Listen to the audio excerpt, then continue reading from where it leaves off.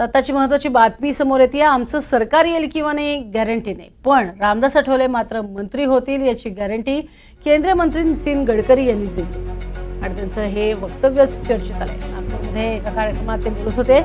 चौथ्या टर्ममध्ये सरकार येईल की नाही गॅरंटी नाही, पण आठवले मंत्री होतीलच असा विश्वास त्यांनी व्यक्त केलाय आणि टोलाही लगावलाय.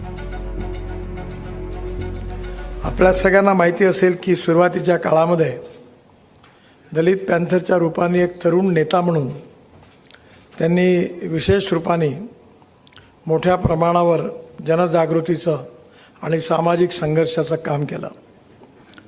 त्या काळानंतर मग ते रिपब्लिकन पार्टीच्या माध्यमातून त्यांनी महाराष्ट्रामध्ये या पक्षाला शक्तिशाली बनवण्याकरता यशस्वी नेतृत्व पण दिलं.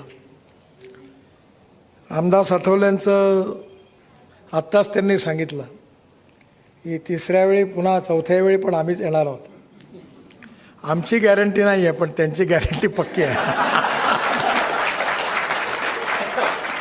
म्हणजे मी गमतीने म्हणतो आहे की राज्य कोणाचे आलं तरी रामदासजी पक्के आहेत.